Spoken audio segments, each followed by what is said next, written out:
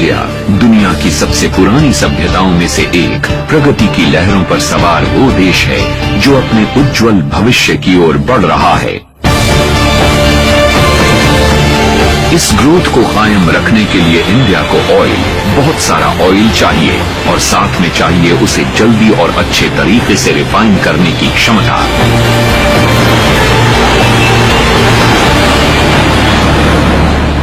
इसी चुनौती का जवाब है गुरु गोबिंद सिंह रिफाइनरी, जिसे रिकॉर्ड टाइम में सिर्फ 4 वर्षों में बनाया गया। ये इंडिया की अब तक की सबसे तेजी से बनने वाली ऑयल रिफाइनरी है।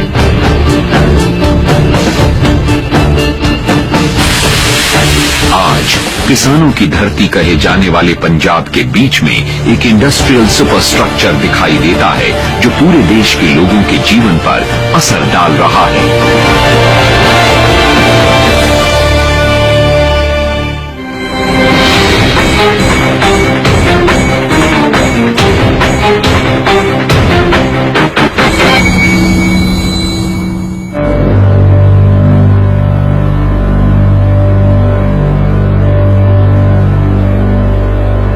टेम्परेचर लगभग 50 डिग्री सेल्सियस, यानी दुनिया में आज तक रिकॉर्ड किए गए सबसे अधिक टेम्परेचर में से सिर्फ 9 डिग्री कम। बठिंडा में सच में बहुत गर्मी पड़ रही है। गर्मी से झुलस रहे नॉर्थ इंडिया के इस छोटे से कस्बे में कहीं कोई एक्टिविटी नजर नहीं आ रही है, पर गुरु गोबिंद सिंह रिफाइनरी के अंदर काम नहीं रुक सकता। इंसान और मशीनें यहां दिन रात काम में लगे रहते हैं, क्योंकि यहां दुनिया की सबसे तेजी से बढ़ रही इकोनॉमीज में से एक की सेहत दांव पर लगी है। ये रिफाइनरी इस देश के कंज्यूमर को फीड कर रही है। देश के इस हिस्से में पेट्रोलियम प्रोडक्ट जैसे पेट्रोल, डीजल, एलपीजी, केरोसिन की बहुत कमी है, तो ये रिफाइनरी एक तो कंज्यूमर की और साथ में इंडस्ट्रीज की जरूरतों को पूरा करती है, जिससे एम्प्लॉयमेंट को बढ़ावा मिला है और इंडस्ट्रीज में भी बढ़ोतरी हुई है। जब आप अपनी रसोई में जाते हैं तो आपको स्टोव दिखता है, एलपीजी दिखती है जिससे आप खाना बनाते हैं। हम यही प्रोडक्ट्स बनाते हैं। आपकी रसोई में जो कुछ भी चीजें हो, चाहे रेफ्रिजरेटर या कुछ और, वो ट्रांसपोर्ट होता है ट्रक से, जिसे पेट्रोल या डीजल चलाता है।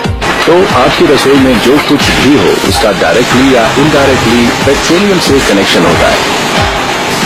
इन सिलेंडर्स में भरी हुई एलपीजी देश भर की हजारों रसोइयों में खाना बनाने के काम आएगी। उनमें आपकी रसोई भी हो सकती है। जो अगली फ्लाइट आप लेंगे, हो सकता है उसे उड़ाने वाला aviation fuel in Vishal reactors में रिफाइन किया गया हो, और इन टैंकर्स में रखा गया डीजल और पेट्रोल जल्दी ही आपकी कार्स के इंजन्स को चलाएगा, जिससे आपकी जिंदगी आसान और तेज हो जाएगी।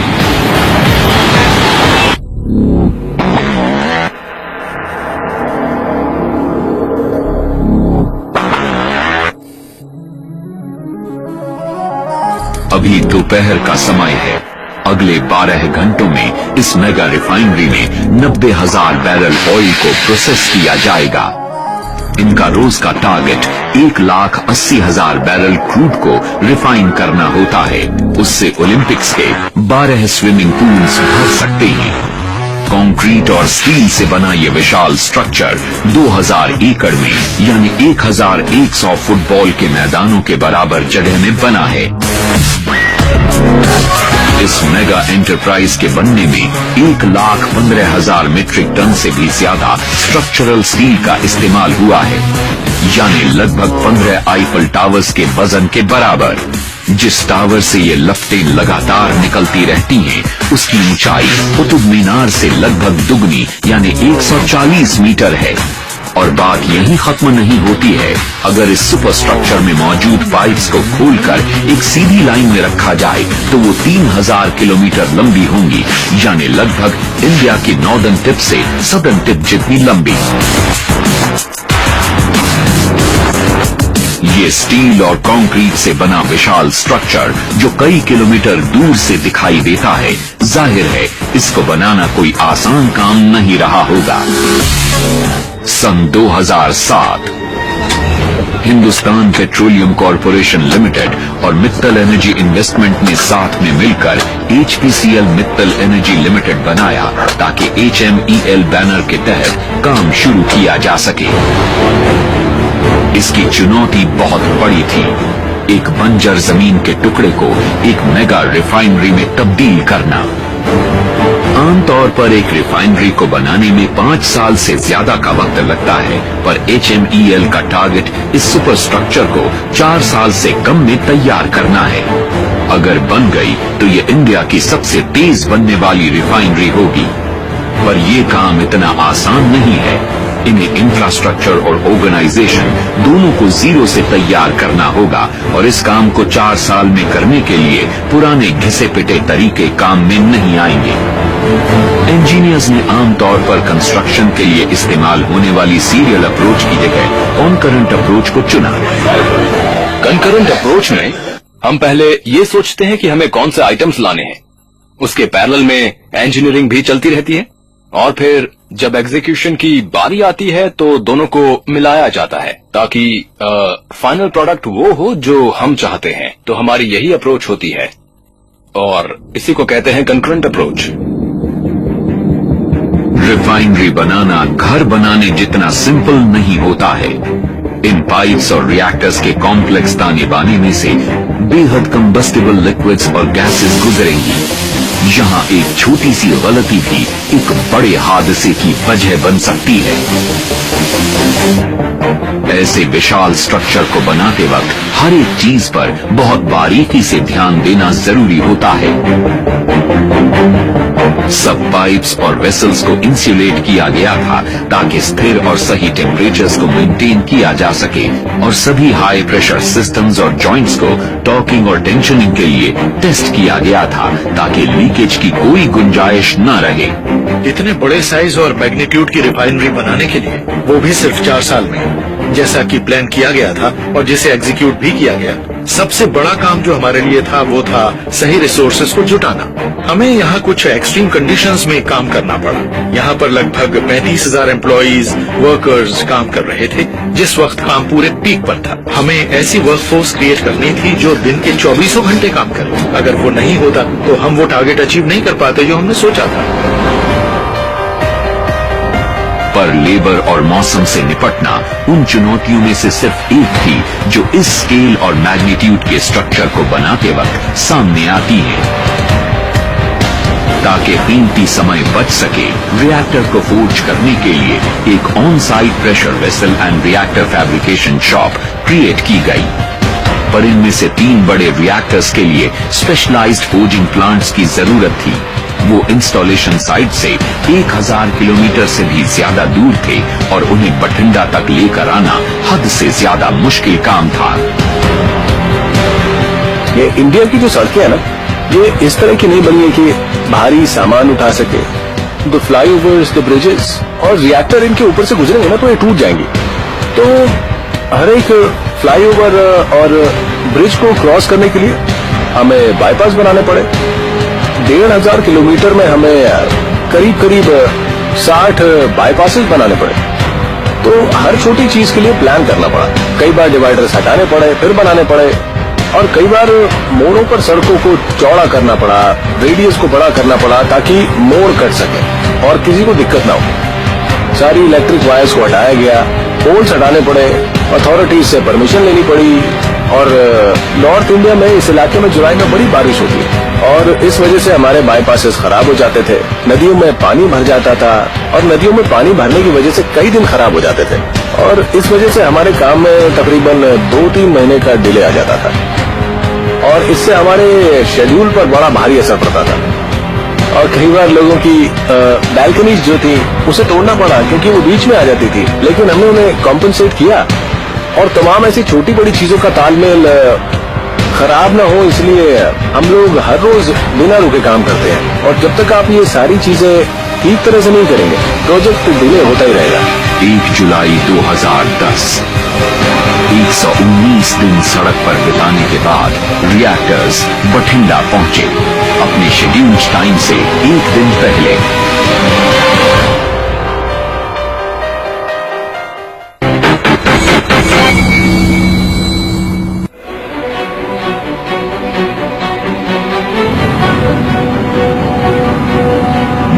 बठिंडा के हरे भरे खेतों के बीच नजर आता है ये सुपर स्ट्रक्चर, जो देश के नॉर्दर्न हिस्से के लाखों इंडियंस के जीवन को आसान बनाता है।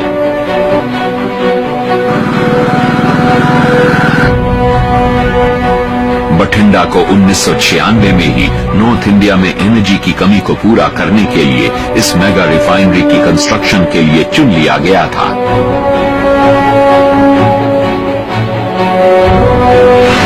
पर इसमें एक बहुत बड़ी डिसएडवांटेज थी। इंडिया क्रूड ऑयल के लिए बहुत हद तक इंपोर्ट पर निर्भर करता है। दुनिया के अलग अलग हिस्सों से क्रूड ऑयल लेकर आए बड़े बड़े जहाज इंडियन पोर्ट्स पर पहुंचते हैं। यहां से क्रूड ऑयल को उन रिफाइनरीज तक पहुंचाया जाता है जो अक्सर आसपास होती हैं। पर बठिंडा वाली रिफाइनरी का फासला इन कोस्ट से बहुत ज्यादा है, तो उस मेगा रिफाइनरी की दिन रात की प्यास बुझाने के लिए एक पाइपलाइन बिछाने का फैसला किया गया और ये काम सिर्फ एक्सपर्ट्स कर सकते थे। सुपर टैंकर्स से क्रूड ऑयल इकट्ठा करने के लिए मुंद्रा के तट से 10 किलोमीटर दूर एक सिंगल पॉइंट मूरिंग सिस्टम या SPM इंस्टॉल किया गया। वहां पर पानी इतना गहरा है कि बहुत बड़े क्रूड कैरियर्स एंकर ड्रॉप कर सकते हैं और SPM में क्रूड ऑयल डिस्चार्ज कर पाते हैं। उसके बाद उस ऑयल को एक अंडर वाटर पाइपलाइन में भेजा जाता है जो सी लेवल से 32 मीटर नीचे है। 2 Chinese lantern shaped pipes crude oil को SPM से अंडर वाटर पाइपलाइन तक पहुंचाती हैं। इनकी एडिशनल लेंथ SPM को हाई टाइड्स के दौरान भी पानी के ऊपर रखती है।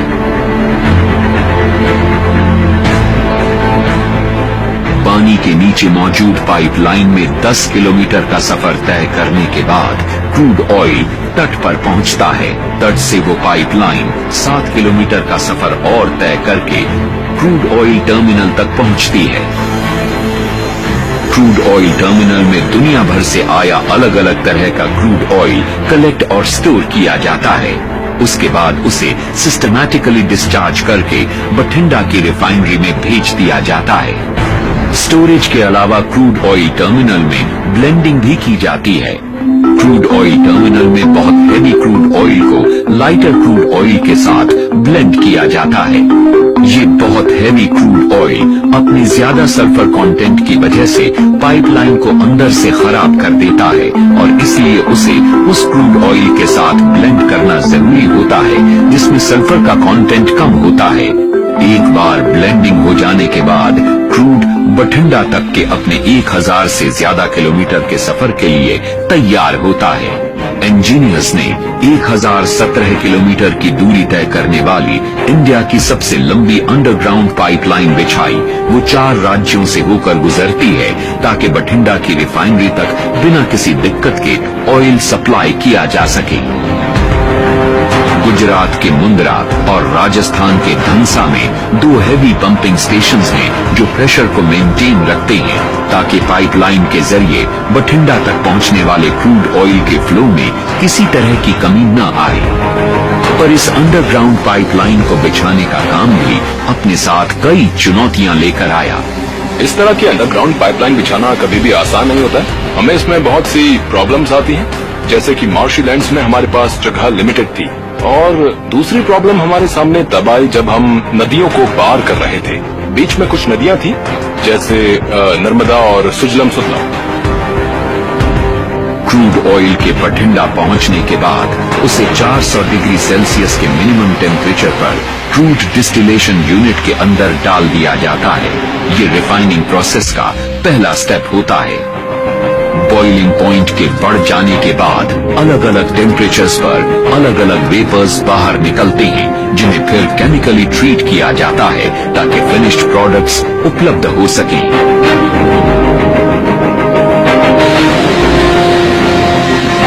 फ्लूइडाइज्ड कैटालिटिक क्रैकिंग यूनिट यानी FCCU को इस ऑयल रिफाइनरी का दिल कहा जाता है और इसके पीछे एक वजह है। ये हाइड्रोकार्बन्स को केमिकली ब्रेक करके कई तरह के कीमती प्रोडक्ट्स को प्रोड्यूस करता है जैसे प्रोपलीन। पहले हम यहाँ पर प्रोपलीन बनाते हैं, फिर इस प्रोपलीन को पॉलीप्रोपिलीन यूनिट से पॉलीप्रोपिलीन में कन्वर्ट किया जाता है और ये पॉलीप्रोपिलीन वो सब चीजें बनाने में इस्तेमाल होती है जैसे क्रेडिट कार्ड्स, मोबाइल फोन्स, जैसे आपके कार डैशबोर्ड्स, बकेट्स, फिल्म्स, ये सारी चीजें पॉलीप्रोपिलीन से बनती हैं।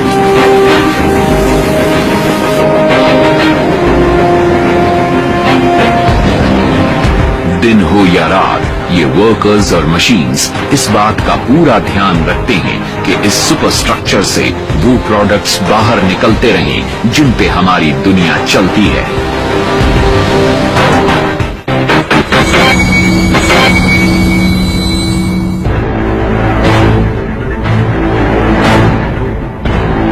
सिर्फ 4 साल में बनी ये रिफाइनरी नॉर्थ इंडिया के लाखों लोगों के जीवन पर असर डालती है और इस बात को सुनिश्चित करती है कि प्रगति का पहिया कभी रुकने न पाए।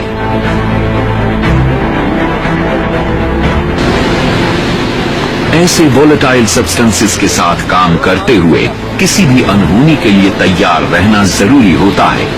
कई बार आंखों को न दिखने वाला एक छोटा सा स्पार्क या लीकेज भी जानलेवा साबित हो सकती है। और इतना ही नहीं, करोड़ों डॉलर्स की इन्वेस्टमेंट जलकर खाक हो सकती है।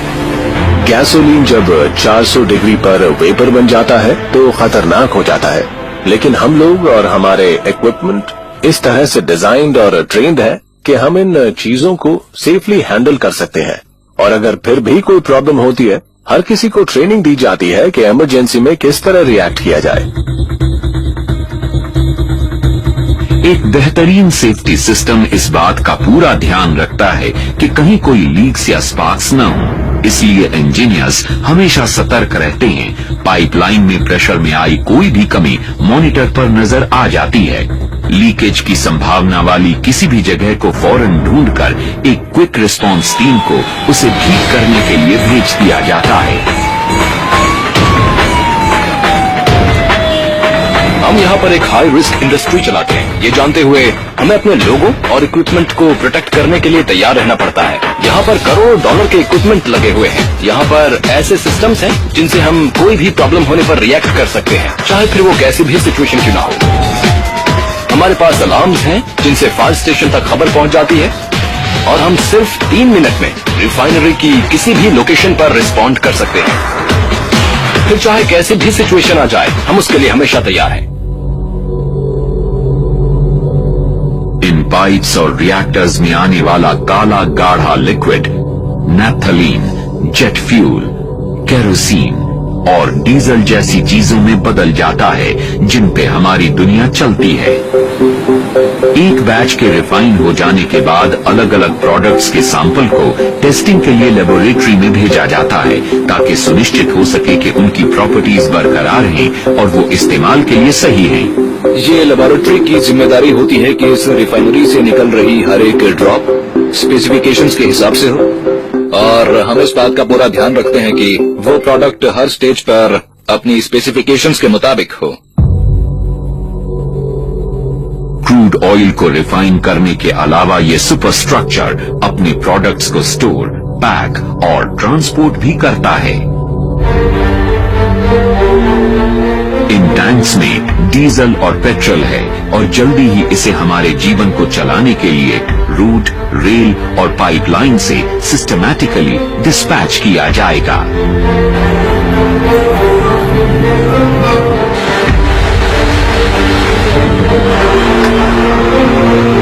इस रिफाइनरी में कुछ खास रेल ट्रैक्स को भी बिछाया गया है जिससे कार्गो ट्रेन्स आकर लिक्विड और सॉलिड प्रोडक्ट्स को कलेक्ट कर सकें ताकि फिर उन्हें पूरे देश में भेजा जाए।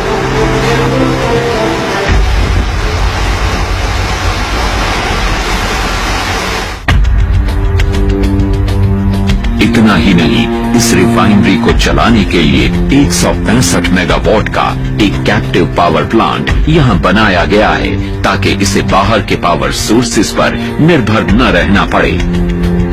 रिफाइनिंग से लेकर पैकेजिंग और ट्रांसपोर्टेशन तक इस मेगा रिफाइनरी में काम हमेशा चलता रहता है ताकि 15 करोड़ इंडियंस की जरूरतों को पूरा किया जा सके।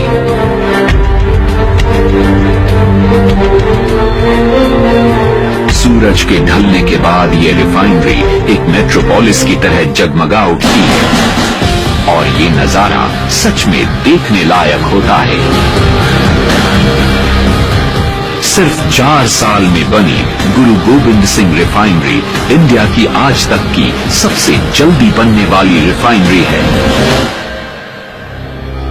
जब हमने शुरुआत की थी तो हमारा ऑर्गेनाइजेशन नया था। उसका जन्म 2007 में हुआ था 10 लोगों के साथ। रिफाइनरी को बनाना उतना बड़ा चैलेंज नहीं था जितना बड़ा चैलेंज इस ऑर्गेनाइजेशन को बनाना था। हमारे साथ 7 देशों के लोग हैं, 120 ऑर्गेनाइजेशंस हैं जिन्होंने आकर हमारी मदद की। तो मैं कहूंगा कि इसमें सबसे मेन चीज थी टीम। हमारी टीम बहुत ज्यादा मोटिवेटेड थी, जोश से भरी हुई, बहुत डेडिकेटेड और नॉलेज वाली।